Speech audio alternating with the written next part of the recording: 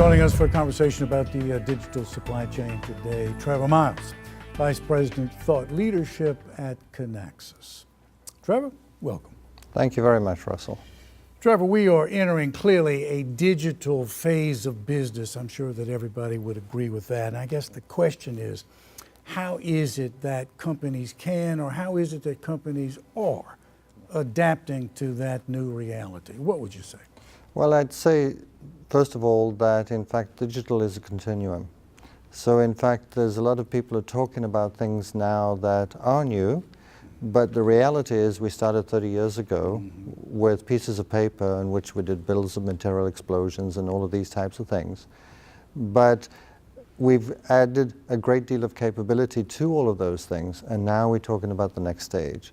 And the reality is that for some time now, we've had a lot of customers who need to lift a lot of data up from multiple data systems to create a visibility across the entire supply chain.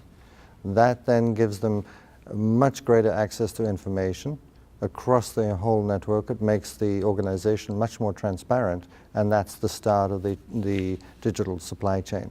But it is my firm belief that we're only going to take maximum use of this digitization if we start working differently. If in fact we start looking at the younger people coming through the organizations and actually understand how they use digital media in their everyday life and learn from them as ways of working rather than imposing on them things we've been doing for the last 30 years. You know, you talk about this continuum, dealing with things that we actually began quite a number of years ago, and of course, leading toward where it will be going in future. One of those things is S&OP, Sales and Operations Planning. People come to you and say, listen, this is something that we're now doing every month. You're thinking to yourself, well, this is something that's been going on for quite a while, yes, and you're telling me you're doing this monthly. What is it that you would like to tell them? Well, I'd like to tell them that S&OP is a Band-Aid. It was always defined as a Band-Aid early on. In fact, that people in different parts of the organization, sales or the commercial side, and operations, the manufacturing side, did not have any common way in which to communicate and collaborate. So by definition, it was a coordination function. But today's world, we do not need that anymore. The solutions that we have, in fact, in Kinaxis Rapid Response, if you plan correctly in Rapid Response, you have S&OP. You have continuous S&OP at any time of the day. You can go and ask Rapid Response what the current state is, understand what the mismatches are, and then bring a group of people together inside of Rapid Response to actually correct that. So in many of the decisions that get made in what is classically S&OP are still need to be made. The question is how quickly and repeatedly you can make those, and with Rapid Response you can actually make them continuously. That's the key paradigm shift. Now, some people would still select to have a cadence-driven process, which means that there's a formal look me in the eye, blood on the stone commitment to meeting certain targets. But the point is that usually, as Eisenhower said, planning is everything, the plan is nothing, meaning that the moment you walk out of that room, there's some disconnect between reality and what you plan to do. So then what Rapid Response enables people to do is pull that information up at any time in the month, understand what the disconnect is, and realign the entire supply chain. So that's where I see S&OP going in the future. Notwithstanding General Eisenhower's comments, there is a revolution going on in planning. And let's talk about that. Walk us through that. What are your views? Yes. So the key point is that we've worked very much in functional silos in the past, and that is how the practice of supply chain has developed. And you can still find, for example, the Institute of Business Forecasting that focuses purely on the act of forecasting. But the reality is we cannot get to the digital supply chain without people having much more cross-functional, at least transparency. The question is how much collaboration they need to perform, or how many actions they can actually perform over traditional functional boundaries. These things are going to take some time to work their way through, Russell, but right now the digitization is actually breaking those boundaries and making much greater visibility across the supply chain. You know, you mentioned collaboration. It seems to me that's something that we often talk about a great deal more than we actually practice. Yes. I've heard you speak a number of times about the need to connect data, processes, and people. Well, walk us through what exactly you mean by that. Okay. So a number of our customers have several data sources.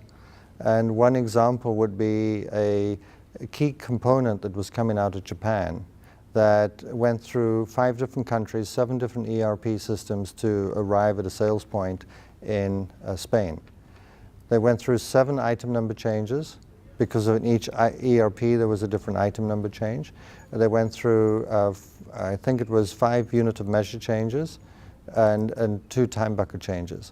So there was absolutely no way that that organization could have any level of visibility across their supply chain. If there was a problem in Japan with delivery of a component, they would have absolutely no way of connecting that through to demand in Spain. So connecting the data means being able to lift the data from those core ERP systems and having all of that information in a contiguous whole. Because until you've done that, you have no idea that you've got a problem.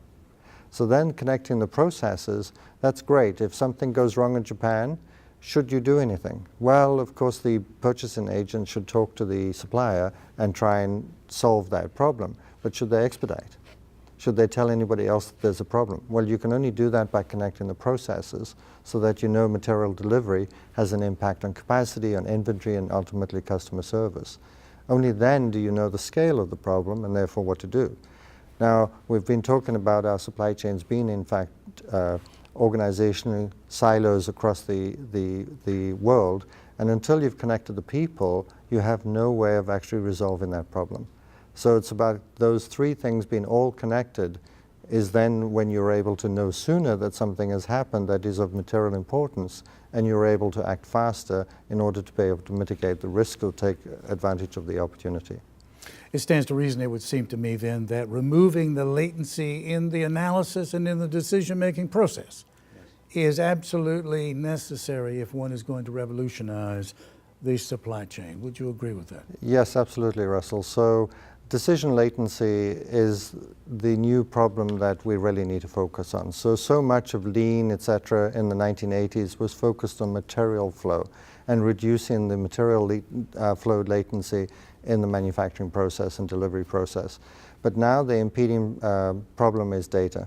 How quickly can you get a group of people to make a decision? And it's not just the data, it's actually the process of making a decision. And while we still remain in our silos and we make one decision in one silo and we throw the data over to another silo to make that decision, you can see that the decision is very slow. So shrinking the decision cycle is absolutely key to the digital world. I want to remind you of something.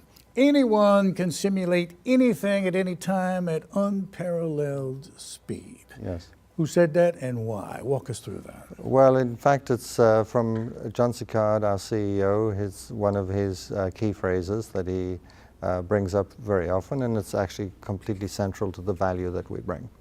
And it addresses really the key questions about the silos. I actually like to use 4 verbs in this context: see, inspect, test, and act. So the key point about seeing is about visibility. So when we bring about anything, anytime, anyone, then anyone should be able to see anything in the supply chain. So we get in through to transparency. Now, I might be responsible for a key KPI, and I see that that key KPI is off target. I need to be able to inspect what's causing that key KPI to be off target.